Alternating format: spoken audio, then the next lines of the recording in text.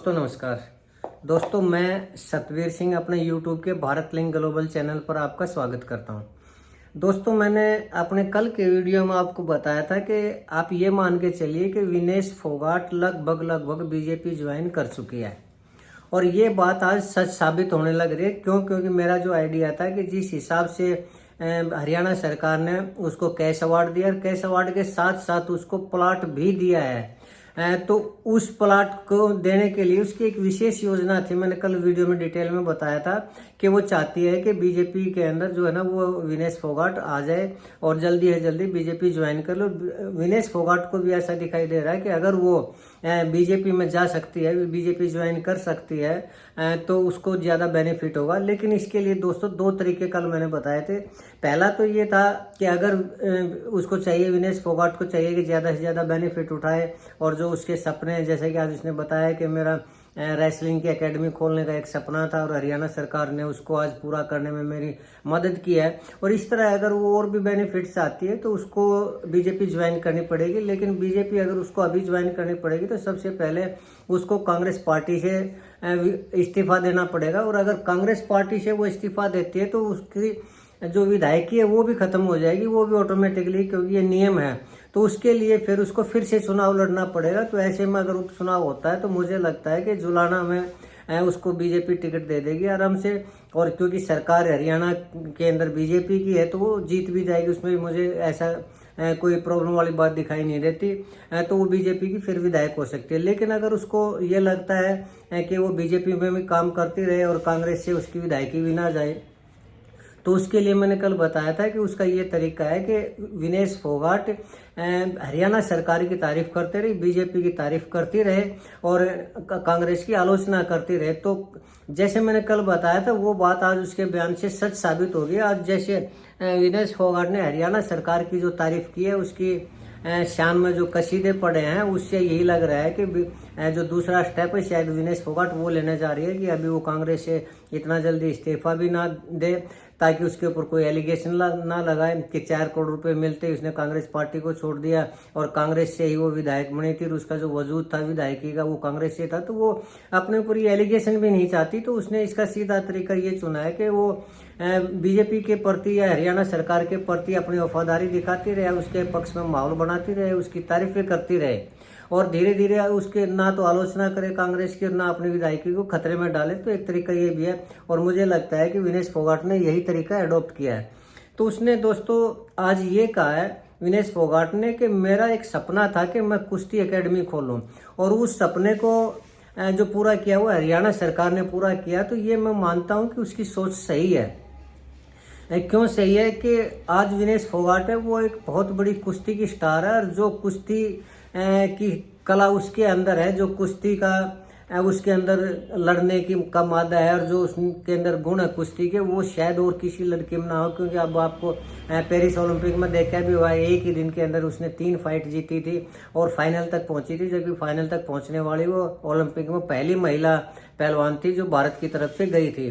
तो उसमें ये तो नहीं कहा जा सकता कि कुश्ती उसको नहीं आती हो, तो कुश्ती के अंदर वो एक्सपर्ट है और वो अगर एकेडमी खोलती है तो वो अपने जैसी सैकड़ों विनेश फोगाट पैदा कर सकती है। और ये सिर्फ विनेश फोगाट के लिए नहीं, ये प्रदेश के लिए नहीं, पूरे देश के लिए फायदेमंद है। और अगर विनेश फोगाट कुश्ती एकेडमी खोलती है, चाहे भले ही वो हरियाणा सरकार की बीजेपी सरकार के साथ मिलकर ही खोलती है, उसकी ज्वाइन करके या उसका तारीफ करके भी अगर वो खोलती है, तो ये अकेले विनेश फोगाट के लिए नहीं होगा, ये पूरे देश के लिए एक अच्छी चीज़ होगी और हमारी जो लड़कियां हैं उनके लिए एक अच्छी चीज़ होगी। तो मैं मानता हूं कि विनेश फोगाट का ये कदम है, ये कोई गलत कदम नहीं है। और अगर कल को Vinesh Phogat direct BJP join कर भी लेती है और उसकी टिकट से उपचुनाव जीत भी लेती, तो भी ये कोई बड़ी बात नहीं है या फिर ये कोई गलती नहीं है, कोई गुनाह नहीं है। क्योंकि अपने कैरियर को हर कोई देखता है। आपने देखा होगा जितने भी जो विधायक है जिनका अपना वजूद होता है, वो अगर टिकट नहीं मिलती किसी पार्टी से तो वो दूसरी पार्टी ज्वाइन करके वहाँ से टिकट ले लेते हैं और अगर वहाँ से भी टिकट नहीं मिलती तो वो निर्दलीय चुनाव लड़ते हैं। क्यों? क्योंकि उनको अपने कैरियर से मतलब होता है, अपने अस्तित्व से मतलब होता है और हर आदमी जहाँ उसको बेनिफिट होता है वहाँ जाता है। ये कोई बुरी बात भी नहीं है। कल को अगर लड़कियों के भले के लिए या फिर ये कहे कि विनेश फोगाट अपने भले के लिए भी अगर बीजेपी में जाती है, हरियाणा सरकार के साथ मिलते, तो भी ये उसके कैरियर का मामला, ये कोई गलत नहीं है। बल्कि मैं तो ये कह रहा हूँ कि बजरंग पूनिया भी कुश्ती के अंदर एक इतनी बड़ी शख्सियत है कि किसी को ये बताने की ज़रूरत नहीं है। और कुश्ती के अंदर ओलंपिक में ब्रॉन्ज मेडल उसने जीता है। तो आज उससे बड़ा रेसलर मैं समझता हूँ कि देश के बहुत बड़े रेसलर में से बजरंग पूनिया है। और अगर बजरंग पूनिया कांग्रेस में रहता है तो मुझे नहीं लगता है कि वो इसी तरह अपने सपनों को पूरा कर पाएगा। और अगर वो भी बीजेपी ज्वाइन कर लेता है तो मुझे लगता है कि बीजेपी उसको जरूर कोई ना कोई प्लॉट जरूर दे देगी, ताकि वो भी अपनी एकेडमी खोल सके। और अगर बजरंग पूनिया अपनी कुश्ती एकेडमी अलग से खोलता है तो मैं समझता हूँ कि जितने भी ये छोटे मोटे अखाड़े बने हुए हैं उनसे तो बहुत बेटर सिचुएशन में रहेगा। जो हमारे बच्चे बजरंग पूनिया के साथ मिलकर कुश्ती सीख सकते हैं वो शायद इन अखाड़ों से मैं नहीं सीख पाएंगे। और उससे ज़्यादा बेहतर जो ट्रेनर बनेगा वो बजरंग पूनिया हो सकता है। बजरंग पूनिया उनको ट्रेनिंग दे सकता है और देश को आने वाले टाइम में ओलंपिक में भी मेडल दिलाने में बजरंग पूनिया है वो सहयोग कर सकता है, देश का बच्चों का भविष्य बना सकता है, देश का नाम रोशन कर सकता है। लेकिन अगर वो यही सोचता है कि कांग्रेस के अंदर ही बजरंग पूनिया रहे तो मुझे नहीं लगता रह सकता है। चेयरमैन का पद उसके पास है कृषि सेल किसान सेल का। लेकिन अगर उसको अपने सपने पूरे करने हैं, अपना कैरियर बनाना है और बच्चों का भला करना है, बच्चों को रेसलर बनाना है, देश को उसने एक अच्छे पहलवान देने, तो मुझे लगता है उसको भी सरकार के साथ सहयोग करना चाहिए। क्योंकि उसके पास न तो कोई विधायक का पद है, न और कोई इतना बड़ा पद है। जब चाहे वो उस पद को छोड़ सकता है और बीजेपी में ज्वाइन कर सकता है। तो हरियाणा सरकार उसको सहयोग करेगी। ये उसका सहयोग करना भी देश हित के लिए ही है, प्रदेश के बच्चों के लिए ही है। अब एक नाम मैं और लेना चाहूँगा दोस्तों, और वो है स्वीटी बुरा का। हालांकि स्वीटी बुरा किसी पार्टी में नहीं है, न तो वो विधायक है, न उसके पास कोई पद है। लेकिन इस चीज़ में कोई दो राय नहीं है कि स्वीटी बुरा वर्ल्ड चैंपियन है बॉक्सिंग के अंदर। और अगर स्वीटी बुरा सरकार से किस तरह का कोई प्लाट मांगते हैं, मदद मांगते हैं, तो मैं समझता हूं कि हरियाणा सरकार जरूर उसकी मदद करेगी स्वीटी बुरा की, और उसको एकेडमी के लिए ज़मीन अवेलेबल करवाएगी। अब रही बात एकेडमी खोलने के लिए अगर ये सोचे कि पैसे लगते हैं, तो अभी पिछले दिनों हरियाणा सरकार ने ऐलान किया था कि जो भी ओलंपियन है या वर्ल्ड चैंपियन है उसको एकेडमी खोलने के लिए या उसके खेल की एकेडमी के लिए 5 करोड़ रुपए लोन देगी सरकार। और अगर ज़मीन दे देती है, लोन दे देती है, तो मेरे हिसाब से स्वीटी बुरा भी उसी लेवल का काम कर सकती है, लड़कियों को सिखा सकती है। लेकिन अगर किसी तरह की उसको फाइनेंस में प्रॉब्लम है, मान लीजिए सरकार की तरफ से सहयोग नहीं मिल पाता पैसों के मामले में, तो जो खाप चौधरी हैं जिन्होंने अब स्वीटी बुरा का समर्थन किया था और ये कहा था कि हम स्वीटी बुरा के साथ हैं, तो उन खापों को आगे आना चाहिए। क्योंकि खापों की भी जिम्मेदारी बनती है कि अगर वो आंदोलन में तो साथ देती है और अगर वैसे बच्चे को जरूरत है, इतने बड़े खिलाड़ी को जरूरत है, उसमें साथ नहीं देती, तो ये भी अनुचित है।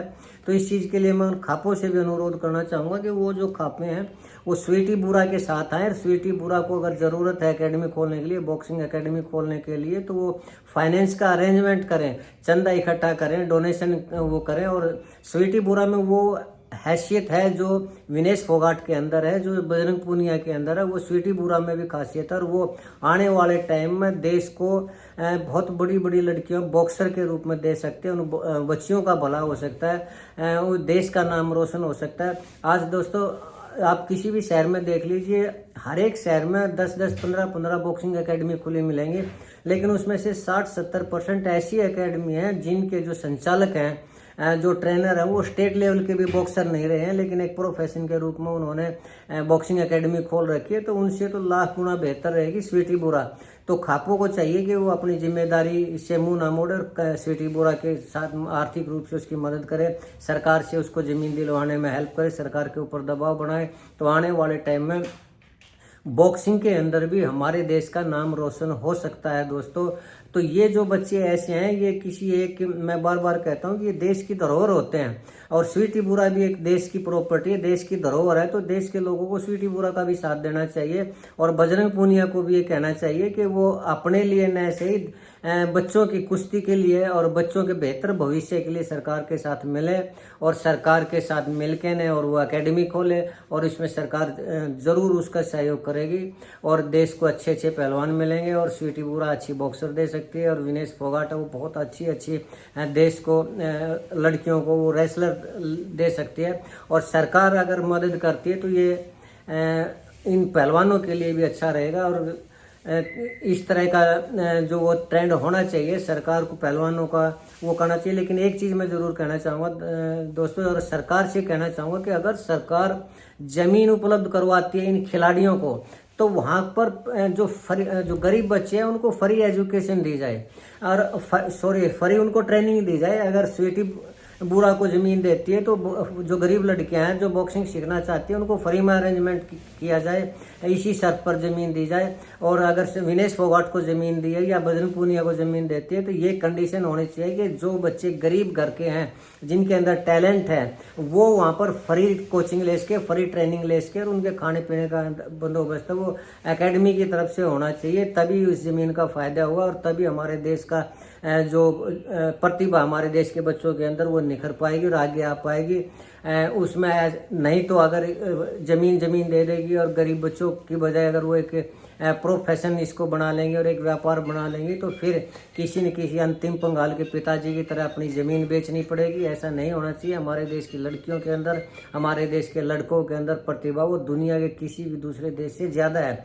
तो ज़मीन तो अवेलेबल करवाए, लेकिन उनको फ्री कोचिंग, जो गरीब बच्चे हैं उनको फ्री कोचिंग का भी उसमें कंडीशन होनी चाहिए। तभी सरकार का जो मकसद है वो सफल हो सकता है। जो गरीब घर के बच्चे हैं वो भी निसंकोच आगे बढ़ सकते हैं। तो मेरा इतना ही कहना था दोस्तों, आज के लिए मैं इतना ही कहना चाहूँगा। अगर मुझे लगता है कि आपको मेरा वीडियो ज़रूर पसंद आएगा, अगर आपको मेरा ये वीडियो पसंद आया हो तो मैं आपसे गुजारिश करना चाहूँगा कि आप मेरे इस वीडियो को लाइक करें, शेयर करें, दोस्तों कमेंट ज़रूर करें।